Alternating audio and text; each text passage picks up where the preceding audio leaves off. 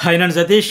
ఈ వారం 8 మందిలో ఎవరు డేంజర్ జోన్‌లో ఉన్నారో ఫుల్ క్లారిటీ వస్తుంది. మెయిన్ ఈ టాస్కుల్లో పర్ఫార్మెన్స్ కూడా ఖచ్చితంగా ఇంపాక్ట్ అయితే చూపిస్తుంది. అట్లాగే గత 6 వారాల నుంచి ఉన్న వాళ్ళకి ఆడియన్స్‌తో కొద్దిగా ఎక్కువ కనెక్షన్ ఉంటే, లేటెస్ట్‌గా వచ్చిన వైల్డ్ కార్డ్ వాళ్ళకి కొద్దిగా తక్కువ కనెక్షన్ వస్తుంది. ఈ తక్కువ టైంలో ఎక్కువ కనెక్ట్ అవ్వాలంటే ఎక్కువ పర్ఫార్మ్ చేయాలి.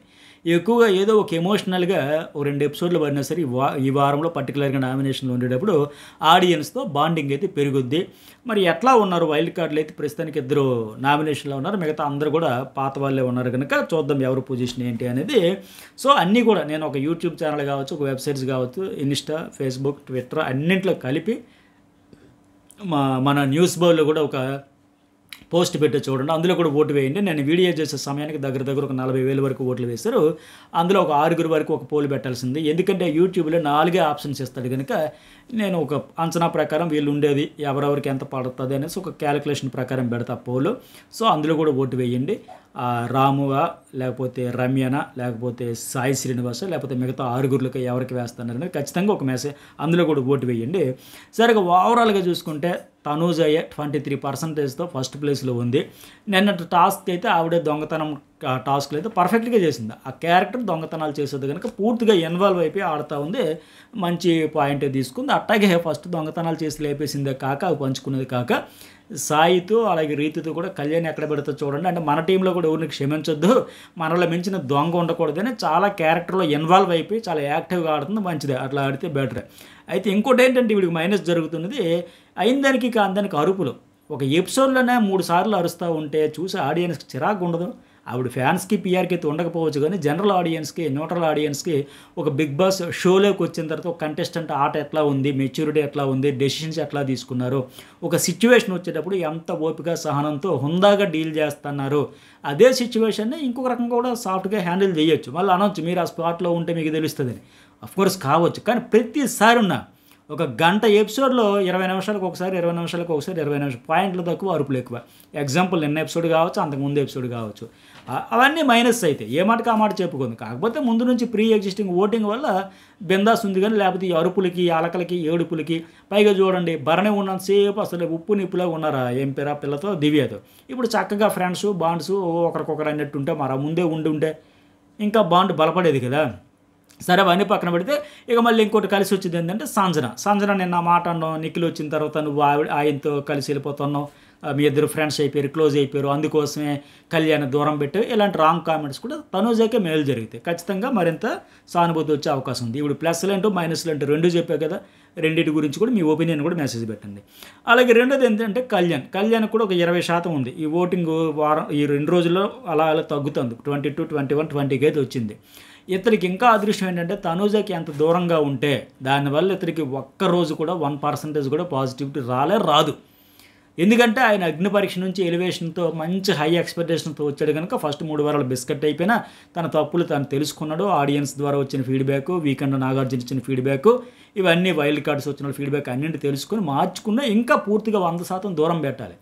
నేను సేఫ్ గేమ్ ఇతను కూడా ఆడినట్టుగా తనూజతో పాయింట్లు ఉన్నాయనేటప్పుడు చేయొచ్చు కదా, ఎందుకు చేయకూడదు నామినేషను. కానీ సడన్గా ప్లేట్ ఫిరాయించి తర్వాత మళ్ళీ సైలెంట్గా అయిపోయి నేను మోసం చేశానని ఎమ్మెల్యేలకు సారీలు చెప్పి నాది వీక్ పాయింట్ అని సంజనా దగ్గర ఒప్పుకొని ఈ పంచాయతీలు పడే కంటే స్ట్రైట్ ఇప్పుడు తనూజది ఏదైతే సేఫ్ గేమ్ ఆడుతుంది, సుమన్ శెట్టిని వీక్ పాయింట్ పెట్టి నామినేషన్ చేసిందని చెప్పాడో ఆ పాయింట్లో నామినేట్ చేయాలనుకుంటా, మరి ఇతను కూడా సేఫ్ గేమ్ ఆడినట్టే కదా ఆవిడ వదిలేసి.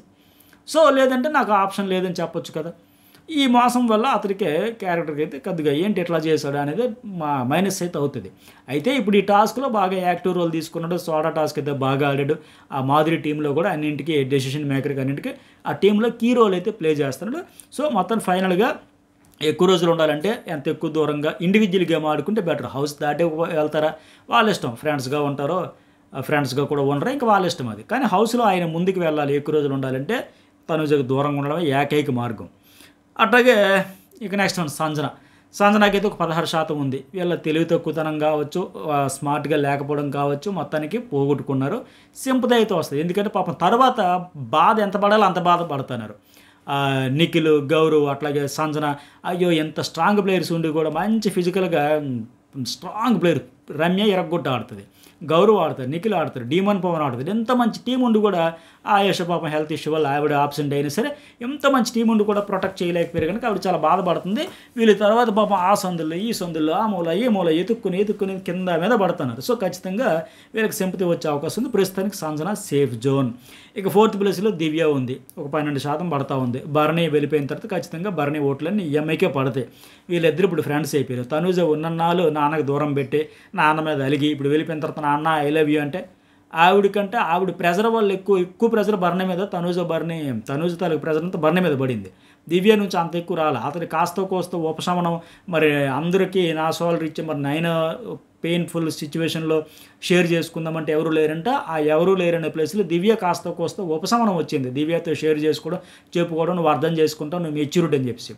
సో ఆడియన్స్ అర్థం చేసుకుంటారు కనుక భరణికి పడిన 6% 7% ఇప్పుడు దివ్యకే పడతావు అనే తప్ప తనూజకి అయితే షేర్ అవ్వవు. అలాగే ఈ అమ్మాయి కూడా ప్రస్తుతానికి సేఫ్ జోన్. ఇక తర్వాత ఎవరు, రీతు చౌదరి. ఈ అమ్మాయి కూడా మంచి సేఫ్ జోన్లోనే ఉంది, ఒక 9% ఇట్లా పడుతుంది. ఈ వారంలో చూసుకుంటే ఇన్ని రోజుల్లో పులిహోర కంటెంట్ అయితే తగ్గింది, కొద్దిగా గ్యాప్ పెట్టారు. టాస్కుల్లో 100% ఇచ్చి పడేస్తుంది. నిన్న డీల్స్ అయితే మామూలు కాదు. అంతిమంగా నాకేంటి, అదేదో సినిమాలో కోట శ్రీనివాసరావు అంటాడు కదా, నాకేంటి మీరు ఏమన్నా కావండి, నాకు ఇస్తే చాలు, నాకు డీల్ ఇస్తారా, డబ్బులు ఇస్తారా, ఎలాగేస్తారా, నేను సైలెంట్ అయిపోతా. తనూజ లేపేసిన తర్వాత కూడా సుమన్ లేపేసిన తర్వాత తనూజ వాళ్ళందరూ పంచుకుందాం, నేను రెడ్ టీం, నాకెందుకు పంచడం, నా వాట ఇవ్వకపోతే రచ్చ చేసేస్తా, అక్కడే ప్యాంటు చేసేస్తా, నేను కామ్గా ఉన్నానంటే ఊరికే ఉన్నానా, మన టీం కదా మనకి ఇస్తారని ఊరుకున్నా అంటూ ఆవిడ చూసినా చూడకపోయినా ఆ ఇనిషియేట్ తీసుకోవడం, ఆ యాటిట్యూడ్ చూపించడం, తనూజతో పెద్ద గొడవ పడడం. అట్లాగే తనూజ సరే ఇది కాదు కానీ ఇంకో ప్లాన్ ఉందంటే ఏ ప్లాన్ అన్నా చెప్పు, ఏదైనా చేసి సొంత టీం అని వేసేద్దాం, ఆపోనెంట్ టీం అని వేసేద్దాం, నాకు మాత్రం డబ్బులు కావాలి. ఇలాంటి ఆ సీరియస్గా గేమ్ మీద ఫోకస్ పెడితే ఆడియన్స్కి ఆటోమేటిక్గా నచ్చుతారు. పాపం సరేలే ట్రాక్ ఏదో పక్కన పెట్టింది కదా, ఇప్పుడు అది కూడా దూరం పెట్టింది కదా, ఆటలో ఫోకస్ పెట్టింది కదా, ఖచ్చితంగా నచ్చుతారు. ఈ ఆమె కూడా మంచి ఓటింగ్ ఉంది, ప్రస్తుతానికి సేఫ్ జోన్. ఇక తర్వాత 6వ ప్లేస్లో రమ్య రామురాధుడు ఇద్దరు 6వ ప్లేస్ కోసం 7వ ప్లేస్లో, ఈ 2 ప్లేసుల్లో పోటీగా ఉన్నారు. కంటెంట్ పరంగా చూసుకుంటే రామురాధుడు నో కంటెంట్, ఇతడైతే డేంజరస్ జోన్లో ఉన్నాడు. ఇక ఈయనతో పాటు రమ్య కూడా ఉన్నా సరే కంటెంట్ అయితే వస్తుంది, కాకపోతే రా కంటెంట్ అంటారు కదా, టాస్క్లు ఆడితే గట్టిగా 100% ఇచ్చి పడేస్తే మాటలే కొద్దిగా రఫ్గా, అది ఇప్పటికి నేను 2 సార్లు చెప్పుకుంటాను, అది మైనస్ పాయింట్ అదే కదా. మరి నేను ఫిజికల్ టాస్క్లు అయితే ఇచ్చి పడేస్తుంది. మంచి ఆట, డి అంటది, తగ్గదు. మన భరణి లాంటి వాడిని ఆపేసి గుంజుబట్టి ఆపేసిందంటే మరి ఎంత స్ట్రాంగ్ ఆడుతుందో చూసుకోవచ్చు, ఊహించవచ్చు, ఆలోచించవచ్చు. కాకపోతే పాయింట్లు చెప్పేటప్పుడు వ్యాలిడ్ పాయింట్లు కానీ చెప్పే విధానంలోనే కొద్దిగా తడబడుతుంది, కొద్దిగా రఫ్గా ఉన్నట్టుంది. అది లాంగ్వేజ్ కొద్దిగా సున్నితంగా కన్వే చేయగలిగితే బాగుండేది. సో ప్రస్తుతానికి రామురాధుడు ఈ అమ్మాయి పోటీ పడితే వీళ్ళందరికీ కొద్దిగా బెటర్గా ఉన్నారు. ఎవరికంటే సాయి శ్రీనివాస్కి వెరీ హై రిస్క్ అని చెప్పాలి, హైయెస్ట్ రిస్క్లో ఆయన ఉన్నాడు, కంప్లీట్గా బాటంలో ఉన్నాడు. కేవలం 4%, ఇంకా ఒక 1% తగ్గింది. సో ఇప్పటికైతే ఎలిమినేషన్ ఎవరు అవుతారు 8 మందులు అంటే సాయి శ్రీనివాస్ ఎక్కువ శాతం 99% ఆయనకుంటే, ఆ తర్వాత తప్పితే రామురాధుడు రమ్య వీళ్ళిద్దరి మధ్య కూడా 98% అని చెప్పొచ్చు. ఇంకా 3 రోజులు ఆట ఉంది కనుక ఈ టాస్కుల్లో పర్ఫార్మెన్స్, గొడవలు, ఎంటర్టైన్మెంట్, కంటెంట్ ఈ వారం ఖచ్చితంగా వీళ్ళ ముగ్గురు ఎలిమినేషన్ని డిసైడ్ చేసేది ఈ వారం వీళ్ళ ద్వారా వచ్చే కంటెంట్ ప్యూర్లీ. ఎందుకంటే ముగ్గురు మధ్య 1% 2% మించి డిఫరెన్స్ లేదు. ఈ వీక్ ఓటింగ్ స్టార్ట్ అయినప్పటి నుంచి ఇప్పటివరకు అలాగే ఉంది. ఈ వీక్ అంతా అలాగే కొనసాగితే ఎవరైనా బావచ్చు, డిపెండ్స్ ఆన్ కంటెంట్. సో ఎవరు మీ ఫేవరెట్ కంటెస్టెంట్ ఎవరో మెసేజ్ పెట్టండి. ఈ వీడియోకి ఎంతవరకు లైక్ చేయని వాళ్ళు లైక్ చేయండి. అలాగే journalist Satish and news Bol 2 channels కూడా సబ్స్క్రైబ్ అయితే చేసుకోండి.